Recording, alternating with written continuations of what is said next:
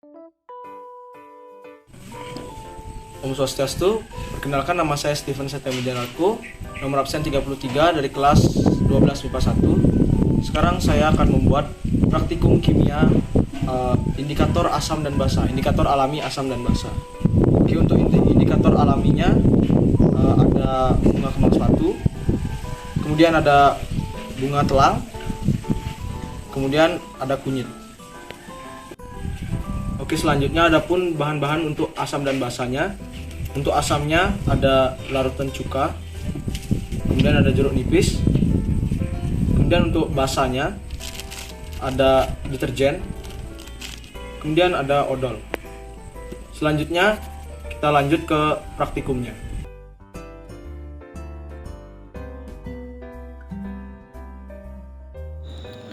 Pertama-tama, mari kita lihat tabel perubahan warna ini terlebih dahulu untuk mempermudah kita dalam melakukan pengamatan. Pertama-tama, haluskan bunga kembang sepatu dan tambahkan air secukupnya. Kemudian, bunga kembang sepatu yang sudah halus disaring untuk mendapatkan airnya sebagai indikator alami asam dan basa. Kemudian, persiapkan larutan asam dan basa, yakni jeruk nipis dan cuka sebagai asam, kemudian deterjen dan pasta gigi sebagai basa.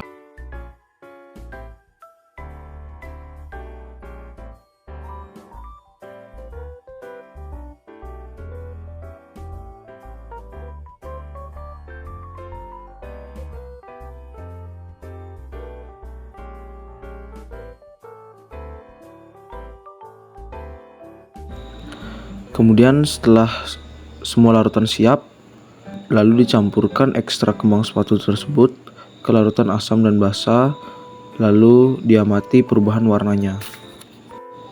Seperti yang sudah tertera pada tabel, warna larutan indikator berubah menjadi merah yang menunjukkan bahwa larutan jeruk nipis dan cuka memang benar tergolong larutan asam.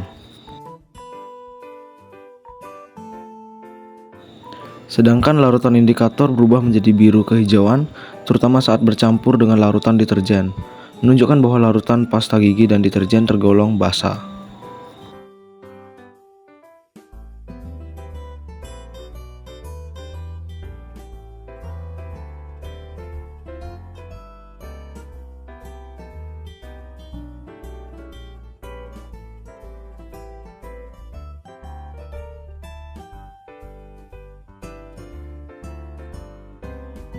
Seperti pada percobaan pertama, kita haluskan terlebih dahulu bunga telang untuk mendapatkan ekstraknya.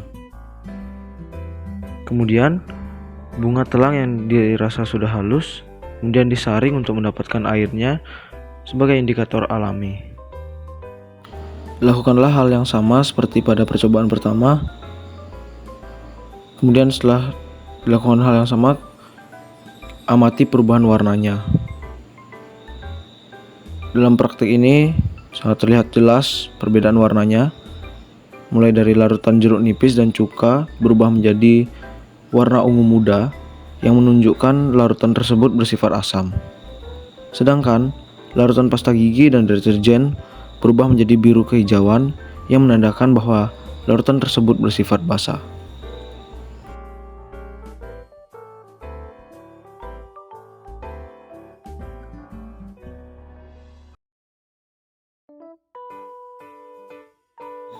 Sama seperti pada percobaan-percobaan sebelumnya, pertama-tama haluskan kunyit terlebih dahulu dan tambahkan air secukupnya.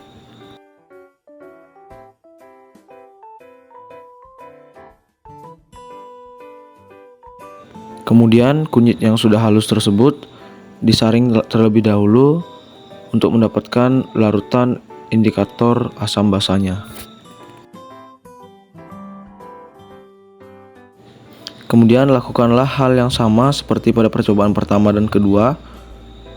Setelah dilakukan hal yang sama, yaitu mempersiapkan larutan asam dan basanya, mempersiapkan indikatornya, maka kita campur larutan tersebut, kemudian amati perubahan warnanya.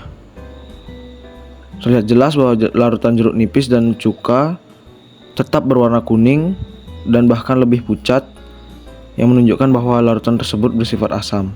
Sedangkan larutan pasta gigi dan deterjen berubah menjadi sedikit lebih pekat, terutama deterjen menjadi lebih berwarna merah kecoklatan yang menandakan bahwa dua larutan tersebut bersifat basa.